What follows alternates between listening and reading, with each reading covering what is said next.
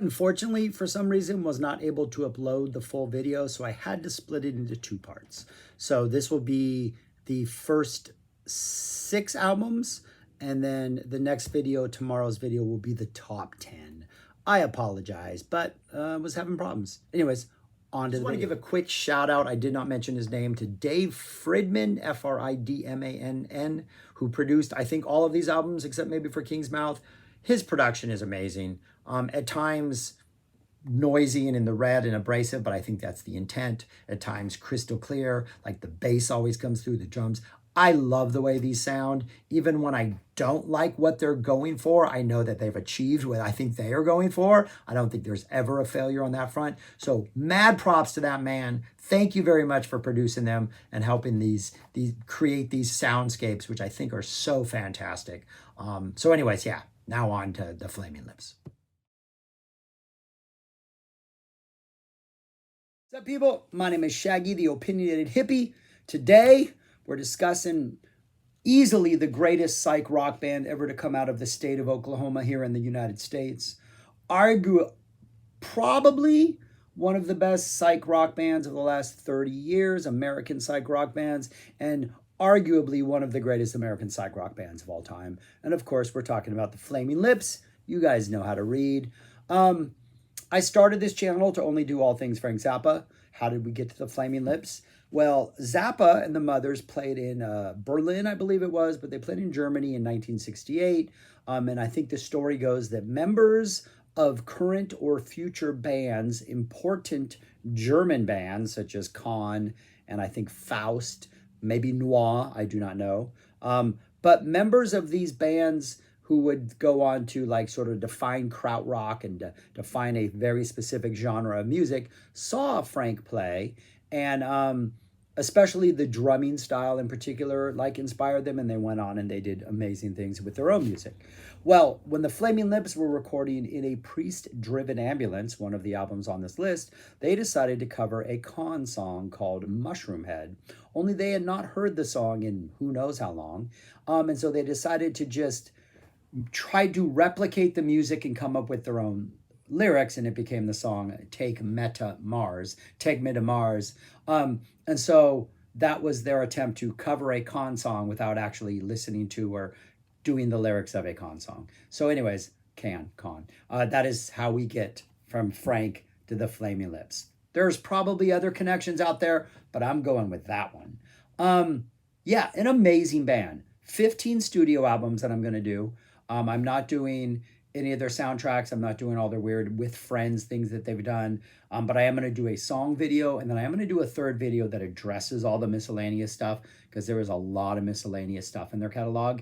If you are not familiar with the Flaming Lips, they are a relentlessly experimental psych rock band that has changed remarkably over the course of the last, when did their first album come out? In 1986. So the last 36 years. 36 years, yeah. Wow. I think they have 6 very distinct phases, an album of which appears at least one album in all these phases. Early on, they were very guitar-focused, heavy psych band. Their pop melodies started to come out in like the second phase, and the songwriting kind of strengthened, and you had a little more variety in what they did, even though they were still very experimental in those early albums as far as like what they did with the song form. Then they had a 1 album phase during where they were incredibly experimental, doing weird parking lot experiments and all this crazy stuff. And that 1 album is an experiment in itself. It is on this list. Then they went through their symphonic pop psych phase, which is when they became sort of the huge stars they are now. That was the Yoshimi, Soft Bulletin, the Wand era. Then they went through a stare into the face of life's existential void and scream and terror phase, and they made a series of really dark, not poppy, not uplifting albums in any way, shape, or form. And now they're in their final phase, in which they're kind of coming out of that darkness. The music's returning to its poppier, more kind of eccentric, fun form, but there's still these really kind of very dark undertones to some of the lyrics. Almost all the lyrics got a lot of drug references. We got a lot of Jesus references. Jesus is all over the place. We got like sappy embracing of love, but like love humanity, like big grand gestures about humanity. Very trippy lyrics, very psychedelic lyrics. I'm probably going to reference some of the lyrics in these reviews because their lyrics are friggin' phenomenal. Two members have been, until recently, but two members appear on every album, though one of them recently left and is not playing in the current live shows. There is Wayne Coyne, the front man, the guy who's out there doing the interviews, the guy that's kind of the face of the band. I think he writes the lyrics. He does the singing. He plays a variety of instruments. Not that well. He just can strum a guitar apparently. But his singing, he has a very distinctive sounding voice that is either part of their charm or maybe you don't like it. In recent years, his voice has lost some of its consistency. Even on albums, you're like, oh yeah, not hitting those notes, are you? But I think it is part of their charm is his voice. There's a sweetness to it, a very like tender quality to it, even at its darkest point. There is something about his voice I think that's very human. I don't know, that's the way to put it. And then the bass player, one of the greatest bass players ever, an absolute beast. And I don't mean a beast in like he's getting up there doing Geddy Lee things or doing Arthur Barrows, Scott Tunis type things. I mean the bass tone, the riffs he comes up with, the licks, the sound, just the bombs he drops constantly, the grooves he lays down make so many of these songs absolute essential listens because he is a ridiculous bass player. He unfortunately has left. He kind of doesn't get the love he deserves, mainly because like he sits down when he plays. So here this guy is laying down these ridiculous grooves. He's just sitting there stoically playing the bass, just all like never talks. Quiet little bearded man, tall bearded man. But yeah, man, phenomenal. So many of these bass grooves are ridiculous. And the one thing they've always had, most of them from like mid-90s on, Stephen Drozd, D-R-O-Z-D, has been the drummer, guitar player, multi-instrumentalist. Those three, Drozd, Coyne, and Ivans, have kind of defined the band for the past 20, 30 years almost. Since the late 90s, mid-late 90s, they've kind of defined the sound of the band, mid-90s. And so Drozd's drumming is ridiculous, but even before Drozd was the drummer, Ivans brings out something in the drummers because the drummers always hit really hard. This is a band that when they go in the studio, they mix stuff loud, they mix it in the red, they layer things upon things upon things. Like they do not care about distortion. They do not care about aggressively attacking your eardrums. They're all about pushing those envelopes, but at the same time, they will then turn around and have the most tender, delicate, beautiful or uplifting, or it is just the degree of spectrum of the psych music world which they attack. That was a really weird sentence. But they kind of attack it all. Live, if you've ever seen them, I've been fortunate enough to see them back in their early days when they looked like a rock band. Then they became more, when it was just the three of them, they had videos were a very important part of them. I want to say that Dross had a video VCR on stage, and he would put in the video, which would sync up the drum track or the backing track with the video. I saw the confetti tour when everybody was given a bag of confetti and instructed to open it and throw it up in the air at a specific song. It was almost impossible to breathe for like 2 minutes. You were inhaling confetti. It was one of the trippiest experiences I've ever been in my life. And then the rest of the show, we were standing in like, wasn't up to our ankles, but you were wading in confetti.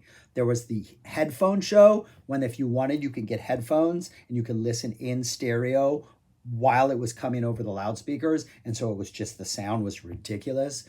There was the bubble tours when Coyne would get in the bubbles. They usually have furries dancing on the side of the stage. A ridiculous band. And I want to say during COVID, they did a show in which everybody had their own COVID bubble to stand in and the music was piped in to the bubbles.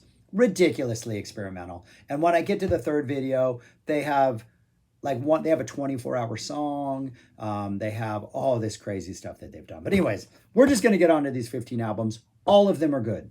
All of them are good. I listened to number 15. I listened to number 14. I still listen to 13. They have not made a bad album. So these albums all are fantastic.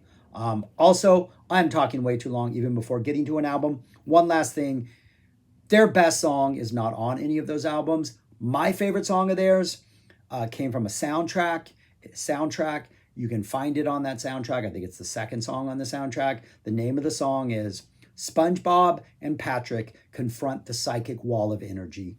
It is phenomenal. Starts off with what are bubbles, obviously, because SpongeBob lives under the sea in a pineapple. But I always imagine that the bubbles are maybe paraphernalia that is being paraphernaliaized, and that the song and its lyrics and just the overall feeling are kind of the feeling you get after you would use those bubbles. But anyways, a fantastic song. If you do only one thing after watching this video, go check out SpongeBob and Patrick Confronting the Psychic Wall of Energy, especially if you're a SpongeBob fan. That is an amazing song. But anyways, enough yakking. I'm at 10 minutes already, going on too long. Let's go on to album number 15.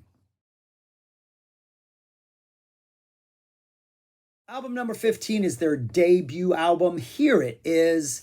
It is just a straightforward, guitar heavy, some great grooves heavy, psych album. It sounds like a late 80s psych rock band, like a Butthole Surfer, but not as like noise layered at this point. That kind of energy. A must-hear song on this album, Jesus Shooting Heroin. Yeah, which is about kind of religion and Jesus shooting heroin.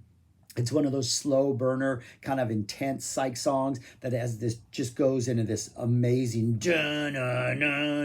just this riff in the middle that is just heavy before dropping us back into this more like heroin, dark, simmering, like John Travolta driving down the road in his convertible after shooting up at Eric Stoltz's house in Pulp Fiction. Like, imagine that, only it's like foggy and it's shot in grungier colors, and he's not going to Mia Wallace's house, but he's going like to some like pool hall on the south side of town on the other side of the tracks that like people have been stabbed at. It's like a dirty grungy song. It's amazing. The other highlight of this is probably Charlie Manson Blues. Again, Charlie Manson Blues, there we go, there's them in a song title. But yeah, it's just a pretty good. Oh, the third song, Trains, Brains, and Rain. The first line is, "This is going to be the last song ever about trains, brains, and rain," or something to that effect. Sadly, he is wrong. Wayne was not right. I have heard songs about trains, heard songs about rain, and much to his own discredit, they themselves have done a lot of songs about brains after this, so he lied to us. But still, a really solid album. Starts off acoustic, they kind of go back to the acoustic at the end, a lot of just heaviness in the middle. Yeah, a good album, even though it is number 15, their debut album. Here it is. Number 14 is 1992's album Hit to Death in the Future Head. This is the second album that contained Jonathan Donahue on guitar, who would go on or was currently forming Mercury Rev at the time. So there's a Mercury Rev connection. My process is I make my list of albums and then I Google like what other people have thought just to kind of prepare myself. I saw this as like number 1 on one list and like number 3 on another list. And it's a good album, but this is in their phase when they're starting to like experiment a little more with pop like flavors. It definitely has a little more of a pop melodic element to some of the songs. But I just don't think the songwriting is as strong as it would eventually be later on, hence falling down to number 14. But this still has some absolutely essential songs. The problem with all of these albums, that even if there's 2 or 3 songs that are boring, like the other 6 or 7 are just almost perfect. The opening, and again, their song titles, always for the win. The opening, talk about the smiling death porn immortality blues, in parentheses, everyone wants to live forever.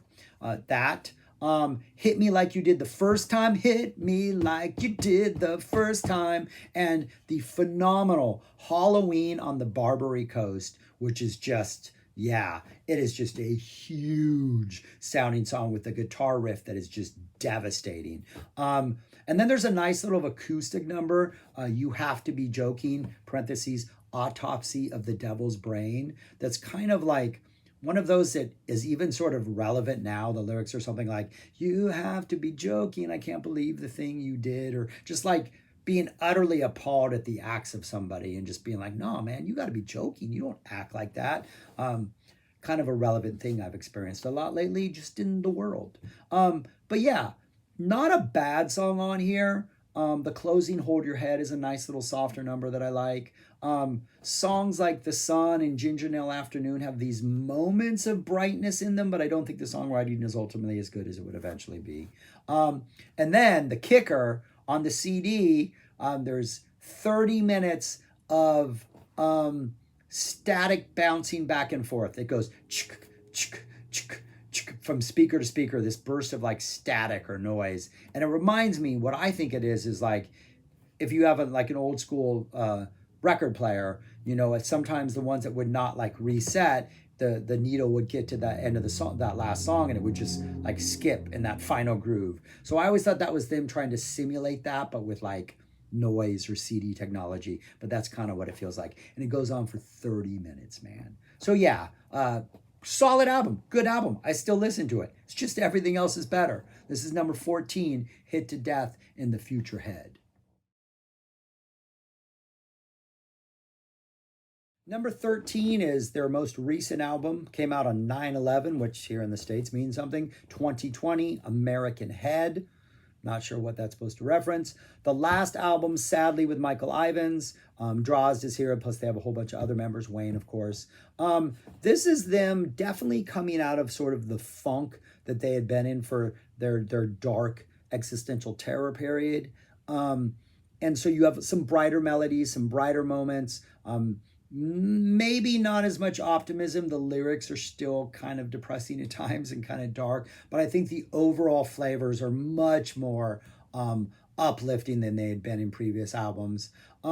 Just some really strong songs throughout. I think the song titles will of course kind of give it all away. At the Movies on Quaaludes, Mother, I've Taken LSD, You and Me Selling Weed, which might be the best song on this album. When We Die, When We're High. Casey Musgraves appears on the last track, God and the Policeman, there is a soothing quality to her appearing on what is a typically Flaming Lips album. From like 1999 on, when they did Soft Bulletin, kind of their trademark sound is this very rhythmic, heavy drums and bass, doing a great job with like layers of keyboards and layers of sort of like symphonic elements driven by like keyboards, but washes of them and like noise. And sometimes the drums and bass are just jacked to crazy levels, very prominent in the mix, with Coyne's voice just kind of floating in between it all. And so that is kind of their sound. And that's what this kind of returns to, but on a little more somber, a little more not as big and grand as it used to be. There's still moments of sort of whimsy that seep in every once in a while. A little bit more of that fun that they had lost on some of the previous albums. And I know this got praised like crazy when it came out as like a return to form, but it's more like acknowledging that this is the form that we operated best in, but we're 20 years older. We can't actually return to that because we're different people. Life's been hard. We've addressed all of our problems on previous albums. So we're not going to be that huge and that joyful and that like over the top as we were, but we can get back to like the form that we should belong in. And I feel that's the way this album kind of resonates. And I didn't like it at first, especially because it was hyped so much before I did get around to listening to it. But then it just kept growing on me, and it's like it might move up the list, but at this point I think it's comfortably at 13, but it's still a good listen. It's still one I go back to and enjoy. It's got really tough competition. It's like it's 13 because 12 other albums exist. That's alone. All right, that's a fact. That's alone. I don't know what that means. That's a fact, people. Anyways, yeah, so number 12, their most recent, American Head. Don't know. All right, on to number whatever's next. If you want to know why the numbers have not matched, it's because I have now realized before filming this album that I was one album off the entire time. So number 13, King's Mouth, came out in 2019. This was a real return to form. This one felt like almost like a weird blip in the radar, a little blip in the continuum between the one that preceded it and the one I just did, American Head. This is based on, I think, a book that Coyne wrote, and so it's got narration. The narration is by Mick Jones of The Clash, and no, it was an art concept. It wasn't a book. It was an art concept. So he did an art show, and this is the soundtrack to that art show. But I included it in here because it feels like a real album. It's got narration. I'm not really good at paying attention to lyrics. Eventually I do over time. But the story is something like there was a king and he dies and there's a funeral. So right off the bat, it's kind of depressing. And then something happens where his head gets really big and I think everybody goes and lives inside his mouth or something like that. It's a really Flaming Lips-esque narration, and it's actually quite enjoyable, and it actually works really well with the music, and some of the songs on here are just absolutely ridiculously fantastic, and the whole thing is kind of fun and a little bit whimsical, but at times serious. There's a really neat sort of instrumental weird little jam in the middle that is straight up like them at their push, like it just rhythmic funkiness, but in that weird psych way. Yeah, it's just an incredibly like satisfying listen. And Mick Jones's voice, I just like it. It reminds me of the narration on Gorilla's Dare. It has that kind of vibe where when the narration appears sort of at the end, it works really well with the flow of the album. So yeah, just a neat little one that I did not like at first, but the more and more I listen to it, the more I'm utterly intrigued by it. And like, right before making, one of the reasons it took me so long, I've been wanting to make this video for a long time, but I've had a really hard time setting in stone like the order, because I think these albums really are all good. And this is one I had last, and then I started to re-listen to it like last week when I knew this was what was coming next. And I've already listened to this one way more than the others. So it might be higher if I were to do this list in a couple years, but really, really fun listen. But it's number 13 because there's 12 more, which is the exact same thing I said for the last one. But now the numbers are correct, people. So we're on to the real number 12.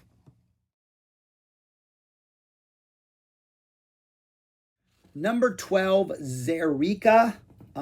This came out in 1997. This is the lone album in the phase 3, their hardcore experimental phase. This is the time they were doing the parking lot experiments, which they would take over a parking lot, and Wayne would give everybody a cassette, and they would turn up their car stereo, and he would instruct them when to play, and the car stereos all together playing all of these different things that he had recorded on cassettes would create this sort of symphony. They decided to do that with an album. And so this album exists on 4 CDs. And you need 4 CD players in order to hear the album in its entirety. And at the beginning of the tracks, I want to say it's the beginning of each track, it says CD 1, CD 2, CD 3, CD 4. And you know that it's in sync in the beginning when that's in order. So when you go CD 1, CD 2, CD 3, CD 4, right? And if you start them at different times and it goes CD 1, CD 2, and there's overlap, then you got to go back and start them again. And there are recordings on YouTube and on back in the day on SoulSeek and stuff like that, in which people had taken the 4 CDs and recorded them as one. So you don't have to do that. You can listen to the album. You can do it on YouTube. I checked it out. One of the versions on YouTube, and I wish I'd remember which one it was, the idea was that every time you do it, because CD players are going to run at different speeds, you're going to get a slightly different performance of the songs. And there is a version on YouTube in which before the first song, it's like CD 1, CD 2, CD 3, CD 4. By the 5th song, it's CD 1, CD 2, CD 3, CD 4. There's already a lag even in the recording, and it's kind of neat to think like, oh, had that lag not been here, this would be a completely different song. And so each CD, like one has the keyboards, one has the vocals and bass, one has drums, each one has a different component. And when they were recording the album, they were having a really hard time dividing the songs into like, okay, what goes on what CD and how are we going to do this? So then they're like, well, no. We just need to write songs for this. So let's write a drum track, and then let's write a bass track, then let's figure out the vocals, then let's just layer a bunch of noise and stuff on top of it. And so it really does feel like it's four separate things. And yes, they're written with knowledge of the other, but it does feel like, well, you really could slide this over here and move this over here and move this over here, and it's going to be the same song. Like, theoretically, it's just going to sound a little bit different because the drum or the bass are going to be closer together or farther apart, or this keyboard noise is going to come in on the second word of the line instead of the first. So you really can do all these neat little like changes. When this first came out, I got two friends. We went and did this. And so we had three boom boxes and a like a home stereo system. And it was pretty neat. It took us a long time to actually sync them up in the beginning. It was harder than we thought it should be. Once we had to figure out how long it takes the CD player to actually start once you push play. We had it on pause. Once you push unpause, still the speeds aren't the same.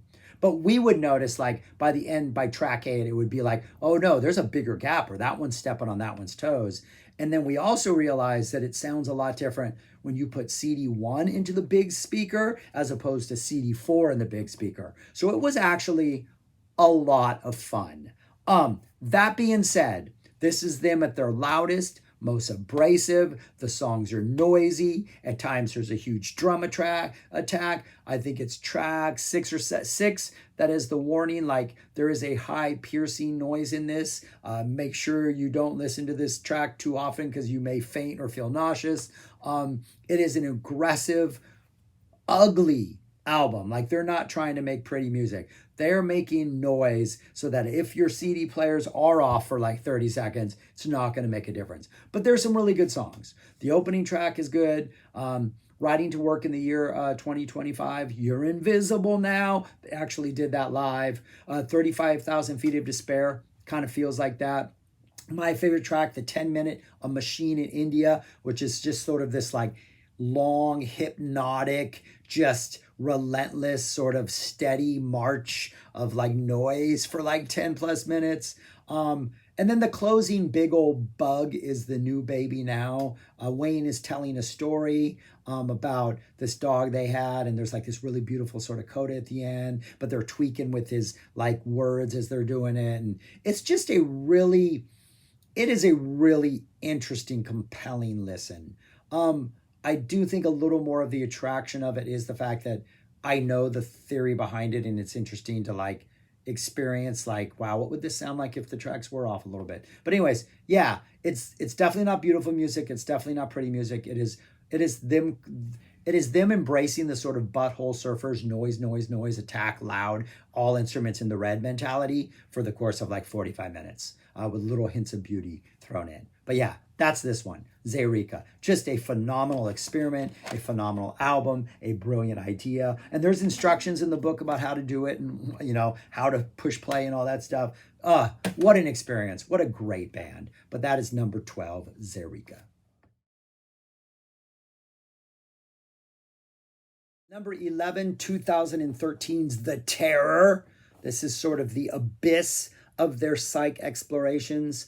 Pop ideas do not exist on this album anywhere at all. This is a lot of times the drums or bass seem to be mixed as high as they can to make them as uncomfortable as possible. This is a very dour, this is an existential terror album. I think Wayne was going through hardcore personal issues.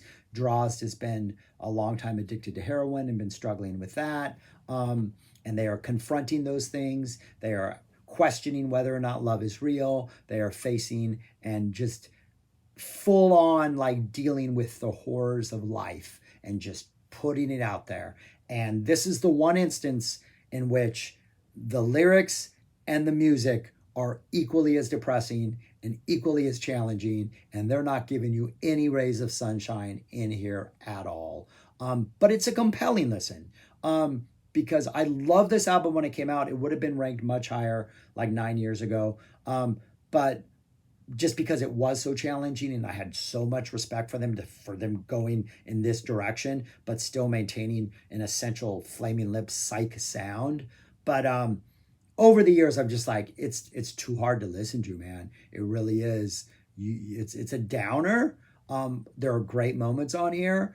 but it's one of those that I'm like, it's got to fall back because I have to acknowledge the fact that it's a little depressing. My favorite song is like the 13-minute "You Lust," which is just like this another. It's kind of like the India song from Zaireeka, just this really long, just steady, just relentless, depressing sort of beat groove that just goes on and on and on. It's got some lyrics about you like to succeed, but I don't think succeed is one word. I think it's two words. It's a very harsh, attacking, confronting a broken relationship and putting blame on somebody song. One of the song's titles is "Butterfly: How Long It Takes to Die," turning violent.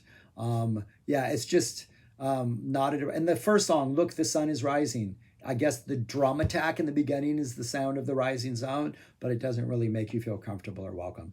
An utterly fascinating album. It does take a lot to listen to. It is one of those I like to listen to late at night if I'm wide awake and caffeinated and have a long drive. I think that is almost the perfect environment for it. Confront all your darkest fears alone on a highway at night. It's the way they do it. But yeah, man, not a bad album, but it's a tough one to listen to.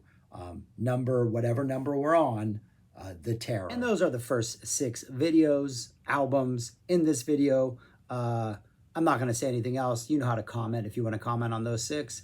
But I am going to complete the list in a separate video. Size was an issue, like I said earlier. That's what she said. But anyways, yeah.